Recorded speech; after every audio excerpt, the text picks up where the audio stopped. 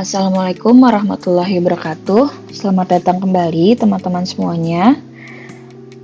Pada topik kali ini, kita akan membahas tentang perbedaan antara bank syariah dan bank konvensional.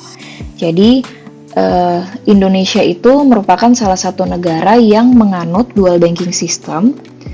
Dual banking system di mana antara bank syariah dan bank konvensional itu hidup secara berdampingan. Jadi kita mengenal ada yang namanya bank syariah, ada yang namanya bank konvensional, dan di Indonesia sendiri ini bank ini eksis gitu ya, karena hidup berdampingan gitu ya. Selain di Indonesia itu ada di Malaysia, kemudian ada di Brunei, ada di negara-negara Timur Tengah gitu ya, Timur Tengah, Bahrain, Kuwait, Saudi gitu, itu juga menganut sistem dual banking gitu. Jadi memang mereka melakukan aktivitas bank syariah dan juga bank konvensional yang secara berdampingan.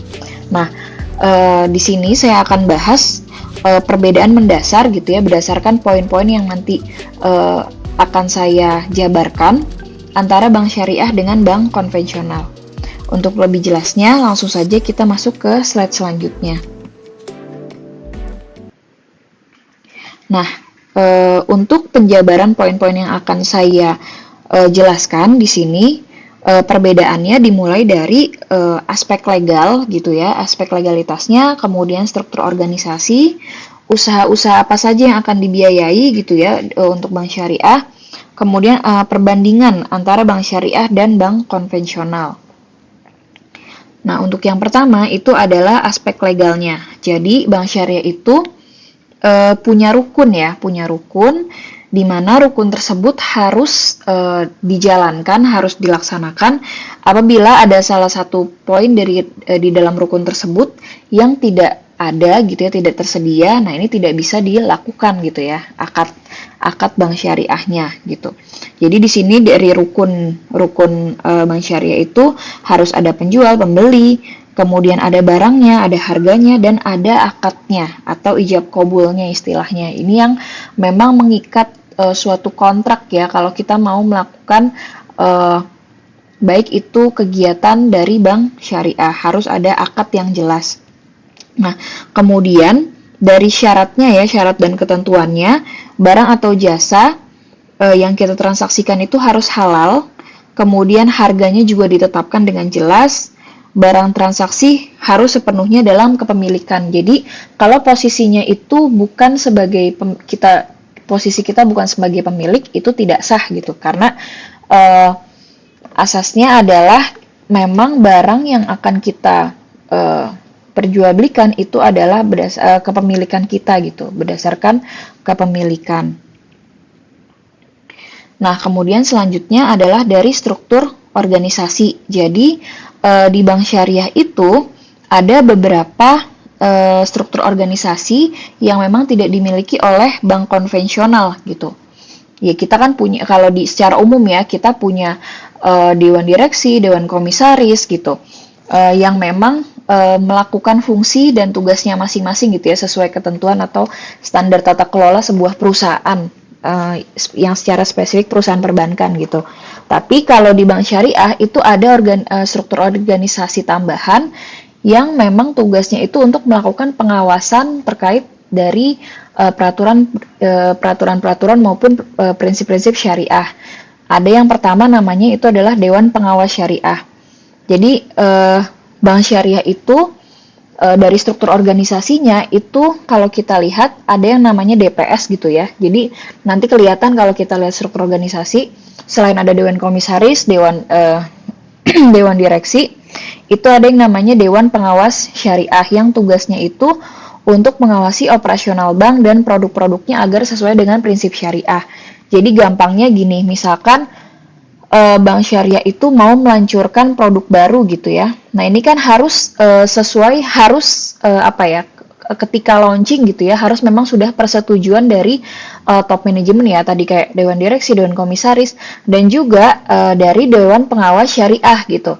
Nah, ini yang memang spesifik dia meloloskan apakah produk ini sudah sesuai dengan standar atau prinsip syariah, halal atau halal haramnya gitu ya, dari segi halal haramnya yang disesuaikan dengan peraturan peraturan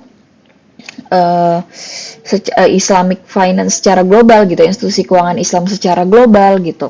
Apakah memang sesuai dengan Quran dan hadis gitu. Makanya baru diloloskan setelah DPS itu memberi izin produk itu bisa diperjualbelikan gitu ya. Nah, itu tugasnya dari Dewan Pengawas Syariah yang memang fokusnya untuk ya tadi meloloskan baik itu kualitas, kandungan produk tersebut gitu. Terus akadnya jelas, akad yang dipakai apa gitu. Itu kan yang tahu adalah orang-orang yang memang expert di bidang ya tadi ya ekonomi syariah gitu ya. Makanya di sini harus ada Dewan Pengawas Syariah. Kemudian tugas lainnya adalah melakukan penelitian dan membuat rekomendasi produk baru. Nah, ini juga tugas dari DPS gitu. Jadi rekomendasi produk baru yang memang sesuai dengan eksis pada saat itu gitu ya, tapi tidak melanggar dari hukum syariah gitu. Nah, kemudian posisi DPS itu posisinya berada setingkat dengan Dewan Komisaris, jadi memang sudah bagian ini ya pengawasan gitu. Dan juga anggota DPS itu dipilih berdasarkan ketika rapat RUPS, rapat umum pemegang saham gitu. Jadi ya dia seperti pemilihan Dewan Komisaris, Dewan Direksi gitu ya. DPS itu ya dia dipilih orang-orangnya atau tokoh-tokohnya berdasarkan ketika RUPS seperti itu. Nah, kemudian ada lagi yang namanya DSN. Nah, bedanya DPS sama DSN, kalau DSN atau Dewan Syariah Nasional di sini lebih cakupannya lebih tinggi lagi gitu, karena sifatnya ini dia yang menciptakan fatwa gitu ya, atau memunculkan fatwa, ini boleh, ini haram, ini halal, ini diperbolehkan atau tidak gitu. Jadi dia yang menaungi DPS gitu. Jadi DSN itu menaungi DPS. Jadi kalau misalnya tadi DPS mau membuat produk baru gitu ya, atau mau meloloskan suatu produk perbankan syariah, itu juga harus sesuai dengan fatwa DSN, fatwa dari Dewan Syariah Nasional. Nah, teman-teman mungkin pernah dengar ada peraturan misalkan berdasarkan fatwa DSN MUI. Nah, karena DSN ini adalah bagian dari Majelis Ulama Indonesia ya, jadi keanggotaannya gitu itu adalah orang-orang MUI, Majelis Ulama Indonesia, yang memang mengatur gitu ya, mengatur seluruh kegiatan-kegiatan kita ya, kegiatan-kegiatan muamalah yang berdasarkan prinsip Islam atau prinsip syariah gitu. Nah, DSN ini keanggotaannya adalah keanggotaan MUI gitu. Jadi dia yang membuat, misalkan ada salah satu produk, misalkan produk A itu dibolehkan, ada dalilnya atau ada pedomannya nggak yang bolehkan. Nah, yang bolehkan itu ada fatwanya, fatwa DSN MUI gitu. Nah, ketika sudah ada fatwa dari MUI gitu ya, fatwa DSN dari MUI, nah ini baru boleh dilakukan atau boleh dilaksanakan gitu. Nanti yang melaksanakan adalah DPS yang ada di bank syariah yang tersebar gitu ya. Jadi DSN ini dibentuk pada tahun 97 hasil dari rekomendasi Lokakarya Reksadana Syariah. Nah, tadi ya tujuannya, nah ini otonomnya di bawah MUI tadi kan, otonom keanggotaannya keanggotaan MUI. Kemudian fungsi dari DSN itu adalah mengawasi produk-produk perbankan syariah, asuransi syariah, reksadana syariah, pasar modal ventura agar sesuai dengan syariah. Kemudian mengadakan penelitian dan memberi fatwa bagi produk-produk yang dikembangkan oleh lembaga keuangan syariah dan merekomendasikan suatu produk bagi ke para ulama gitu. Makanya otonomnya itu ada di bawah MUI, Majelis Ulama Indonesia. Nah, selanjutnya itu adalah usaha yang dibiayai oleh bank syariah. Jadi yang membedakan itu juga antara bank syariah dan bank konvensional itu dari usaha yang dibiayai. Kalau bank konven bebas, terserah mau apapun, mau kegiatan usaha apapun, baik itu memang sesuai syariah maupun tidak gitu ya. Nah, kalau bank syariah ini ada beberapa ketentuan gitu yang bisa lolos untuk dibiayai di bank syariah. Yang pertama itu adalah kegiatan yang dibiayai itu harus halal. Jadi segala macam produk, segala macam barang itu harus halal gitu. Jadi gak boleh misalkan apa ya, contohnya minuman gitu ya, perusahaan minuman keras atau perusahaan senjata, karena sebenarnya banyak pendapat ya kalau perusahaan senjata, tapi memang kalau dari segi mudorot gitu ya, senjata itu lebih berbahaya gitu ya, lebih banyak mudorotnya gitu. Jadi daripada keraguan gitu kan, mendingan hati-hati gitu ya, prinsip hati-hati. Makanya pabrik senjata, pabrik minuman keras itu tidak dibiayai oleh, bukan termasuk usaha yang dibiayai bank syariah. Nah, tidak menimbulkan kemudaratan untuk masyarakat. Kemudaratan itu kerugian gitu ya. Kemudian proyek bukan merupakan perbuatan yang dapat merusak moral gitu. Jadi proyek itu bersumber dari mana, kemudian bagaimana cara mendapatkan proyek tersebut, itu juga harus ditelusuri oleh bank syariah. Kalau ternyata tidak sesuai dengan moral masyarakat, itu juga tidak dibiayai. Ada etikanya gitu ya. Kemudian proyek yang dibiayai tidak berkaitan dengan perjudian. Nah, ini karena perjudian saja sudah haram ya, apalagi kalau dibiayai itu pasti tidak akan dibiayai gitu. Terus proyek yang sifatnya ilegal, kemudian tidak merugikan syariat Islam gitu. Nah, ini usaha-usaha yang dibiayai itu yang penting tidak merugikan atau tidak memberatkan salah satu pihak dan memang diperbolehkan berdasarkan Quran dan Sunnah gitu. Nah, selanjutnya adalah perbandingan secara secara jelas gitu ya tentang antara bank syariah dengan bank konvensional. Nah, jadi sorry, ini saya kurang nulisnya ya. Jadi ini bank syariah. Ini bank konvensional dan ini adalah bank syariah. Ini ketutupan nih slide-nya. Jadi kalau untuk mekanisme dan objek usaha, sebentar, saya ubah ke yang lebih jelas. Bentar. Oke, yang sekarang sudah lebih jelas ya. Jadi perbedaan antara bank syariah dan bank konvensional gitu berdasarkan poin-poin yang ada di kanan ini. Jadi yang pertama dari fungsi dan kegiatan bank dan objek usahanya. Kalau bank konvensional itu sebagai lembaga intermediasi, sudah jelas lembaga perantara gitu ya, dan sebagai lembaga jasa keuangan.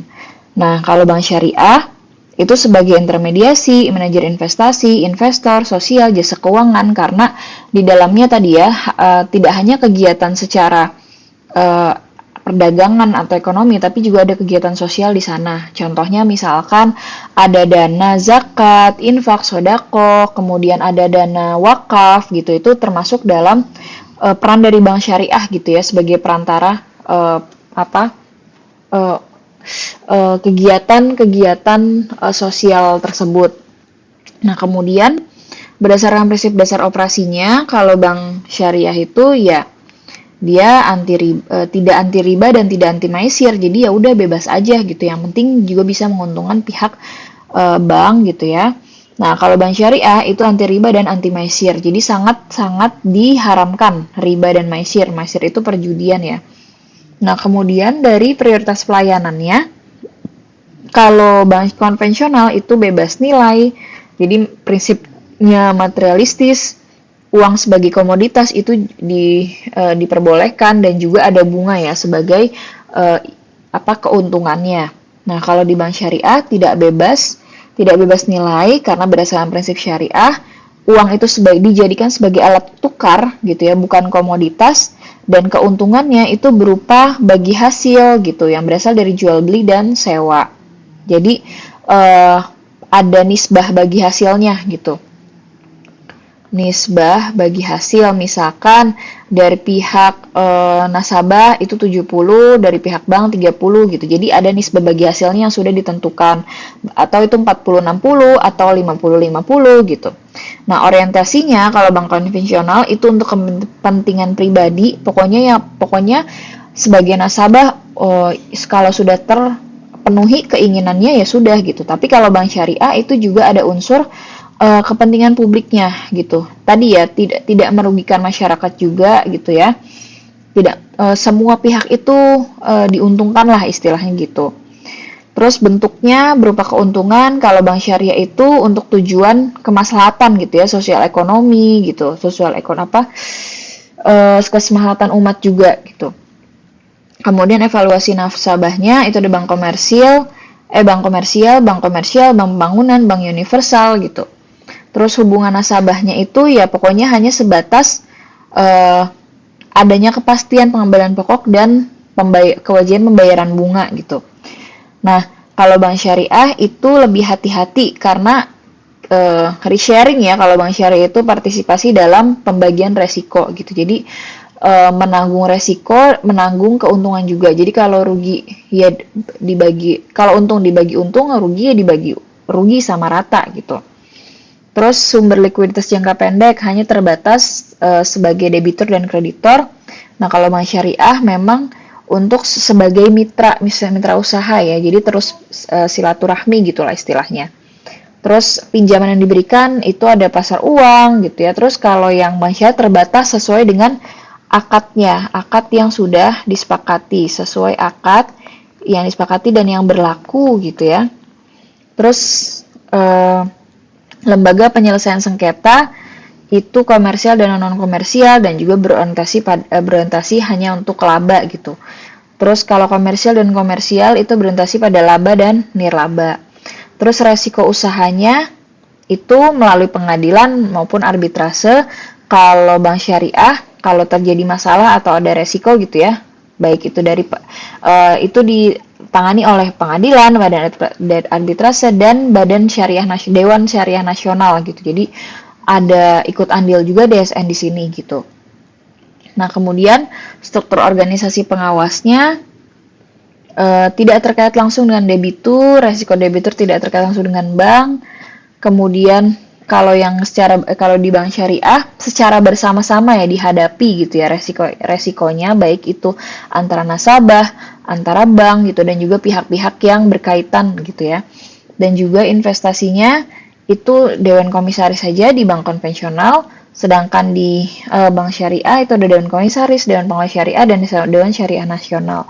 Transaksinya itu kalau yang bank konvensional dia nggak peduli mau halal mau haram, yang penting bisa menguntungkan bank gitu ya. Sedangkan kalau bank syariah tadi transaksinya pokoknya harus halal gitu, harus halal, baik itu terkait usahanya, prosesnya, cara mendapatkannya dan sebagainya. Pokoknya keseluruhannya itu harus halal seperti itu. Nah, ini mungkin yang bisa saya sampaikan terkait dengan perbandingan bank konvensional dan bank syariah. Ya, kita memang harus tahu ya, baik itu dari sisi bank konvensional dan bank syariah, karena memang Indonesia itu ya tadi dual banking system. Sistemnya itu ada kegiatan usaha bank syariah dan ada kegiatan usaha bank konvensional gitu. Yang memang harus kita pelajari satu persatu, harus kita tahu perbedaannya seperti itu. Nah, mungkin itu saja yang bisa saya sampaikan pada topik kali ini. Terima kasih teman-teman yang sudah menyimak. Apabila ada yang ingin didiskusikan atau yang ingin ditanyakan, silakan chat di kolom komentar. Terima kasih semuanya. Langsung saja saya tutup. Wassalamualaikum warahmatullahi wabarakatuh.